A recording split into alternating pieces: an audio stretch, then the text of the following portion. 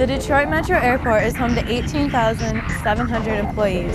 It is significant in the lives of many people. This is a non-stop city-like place with many people coming and going every day.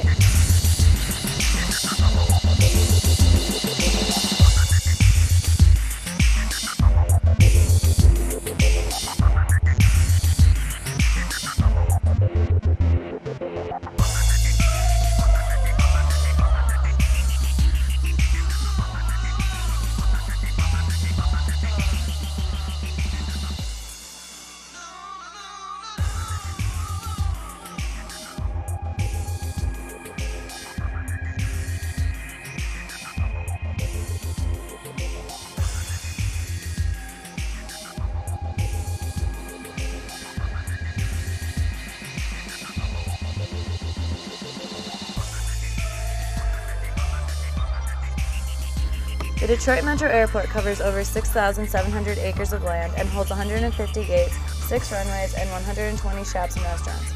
Many people don't know much about this place. Well, today I'm going to show you all about it, from terminals to all the little details, and in a few moments we will be talking with Public Affairs Representative Scott Whitner and also giving you an in-depth history of the Metro Detroit Airport.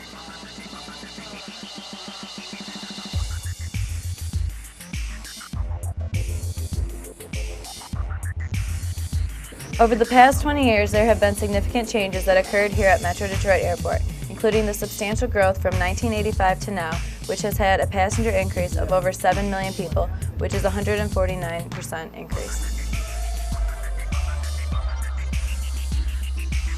In the late 1980s, a major development program was undertaken which resulted in a host of new and expanded facilities.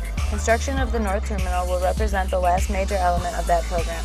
This will ensure that the DTW continues as a world-class hub airport and economic engine for Southeast Michigan. Scott Whitner. I'm Public Affairs Specialist with the Wayne County Airport Authority. The Airport Authority is a separate entity created in 2002 to manage Detroit Metro Airport and Willow Run Airport. Well, there are really two big renovation projects that we're talking about now. The first is the completion of our plan that was set out in the 80s to modernize the airport. And that plan included such things as the South Access Road, now called Dingle Drive, which provides access to the airport from Eureka Road and I-275, as well as the beautiful McNamara Terminal, which opened in 2002 and is the home to the largest hub in the world of Northwest Airlines.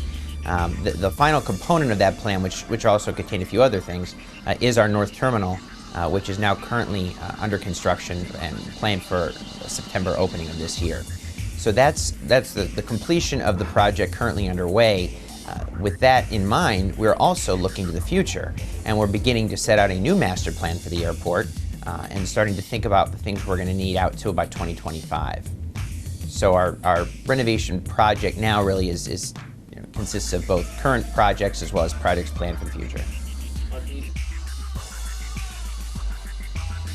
The new McNamara Terminal was conceived really at the end of the 90s as a replacement for the aging Davie Terminal, which anyone who flew out of Detroit prior to the McNamara Terminal opening knows was very crowded and really grew from its original humble beginnings. It was tacked on a few extra concourses, tried to make it work well, but it really had grown into an inefficient hub operation, and travelers didn't like it very much. It was crowded and didn't offer the same kind of amenities that world-class airports do. So the McNamara Terminal, again, which opened in 2002, was designed as a much more efficient operation, and Northwest really worked with the Airport Authority to develop a terminal from the ground that would be ideal for a hub operation, and travelers also agree that it's a welcome improvement from the environment of the Davie Terminal.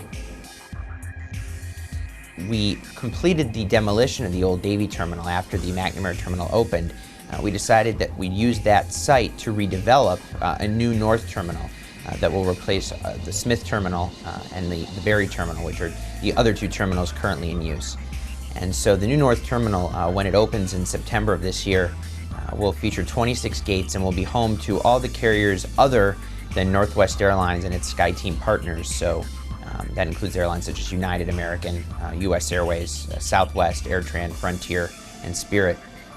Royal Jordanian Airlines and Lufthansa Airlines will also move over to the new North Terminal, and that will provide a much more pleasant experience for travelers coming in and out of Detroit who use those other airlines. When it's all said and done, the project will cost about $430 million. The plan is, once the North Terminal opens, to demolish the existing Smith and Berry terminals. So what we're going to likely see is that this land where the Smith and Berry terminals are currently located will be reused either for terminal expansions in the future, cargo developments, and other airport purposes. I think the new North Terminal will be not only more sufficient for travelers coming out of Detroit and into Detroit, but also more efficient for travelers coming in and out of Detroit. It's going to provide not only a more pleasant experience just because of the new modern facilities, it will also provide a lot more concession options, choices of food, beverage, and retail. And it will provide shorter walks and shorter taxi times from the runways to the gates, so it'll cut some time out of everyone's busy schedules who are traveling. April 12, 1927, the plan was conceived to build a major commercial airport, and in 1928, a $2 million bond was issued by the land for the airport. At first, the airport was just a landing strip along with some maintenance buildings. In September 1929, the airport was officially opened, and on February 30th, 1930, the first official landing took place. In 1939, a new administration building was constructed to accommodate airline operation and the need for more office space.